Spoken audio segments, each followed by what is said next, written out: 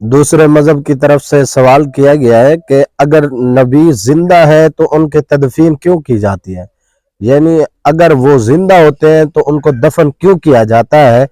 تو اس کا جواب دینا ہے کہ یہ تو تم بھی مانتے ہو کہ شہید زندہ ہوتے ہیں، مانتے ہو نا کہ شہید زندہ ہوتے ہیں، کیونکہ یہ تو تمہیں ماننا پڑے گا کہ اس کا کیا جواب دیتے ہیں جی؟ قرآن پاک میں آیا تو شہید کا رتبہ نبیوں سے اعلیٰ ہے یا ادنا ہے؟ اگر یہ تو تم مانو گے، تمہیں ماننا پڑے گا کہ نبی کا جو رتبہ ہے وہ شہیدوں سے اعلیٰ ہے۔ جب اعلیٰ جس کا اعلیٰ رتبہ ہے اور جس کا ادنا رتبہ ہے، شہید کا ادنا رتبہ ہے، تو وہ تم بھی کہتے ہو کہ شہید زندہ ہے، تو ادنا رتبے والا زندہ ہے، اعلیٰ رتبے والا زندہ نہیں ہے۔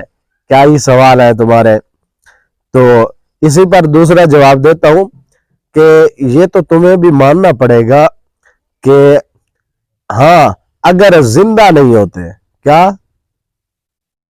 کیونکہ مولا علی شیر خدا سرکار کے سامنے ایک ہندو آیا اور اس نے سوال کیا، سوال اس کا یہ تھا کہ ہم اپنے مردوں کو جو مر جاتا ہے ان کو جلاتے ہیں اور آپ دفناتے ہیں، آپ کیوں دفن کرتے ہیں، ان کو کیوں دفناتے ہیں؟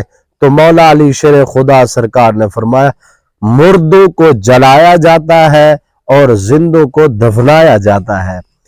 تو اسی پر اور بھی جواب دیتا ہوں کہ جب یہ تو آپ کو ہی پتا ہے کہ جب مرغی کا انڈا مرغی کے نیچے رکھ دیا جائے تو اس کے 21 دن بعد بچہ پیدا ہوتا ہے، تو آپ یہ بتائیں جب بچہ پیدا ہو جاتا ہے تو بچہ زندہ ہوتا ہے، زندہ پیدا ہوتا ہے، تو اب آپ یہ بتائیں کہ وہ 21 دن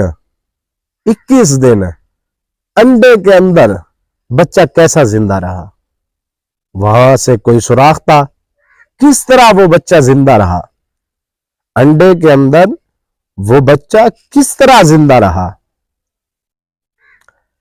یار تم نبیوں کی بات کرتے ہو، شرم کرو یار، اس طرح کے سوالات بھی ہوتے ہیں۔ تو اس لیے تو میرے اعلیٰ حضرت سرکار نے ارشاد فرمایا تو زندہ ہے واللہ، تو زندہ ہے واللہ، میرے چشم عالم سے چھپ جانے والے۔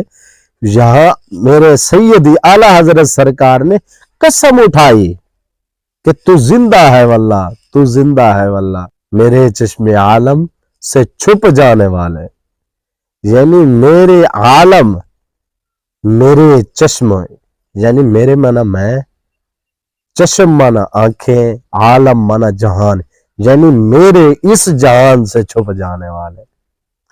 اعلیٰ حضرت سرکار قسم اٹھا رہے ہیں تو زندہ ہے واللہ۔ کیا بات ہے، تو زندہ ہے واللہ، تو زندہ ہے واللہ، میرے چشم عالم سے چھپ جانے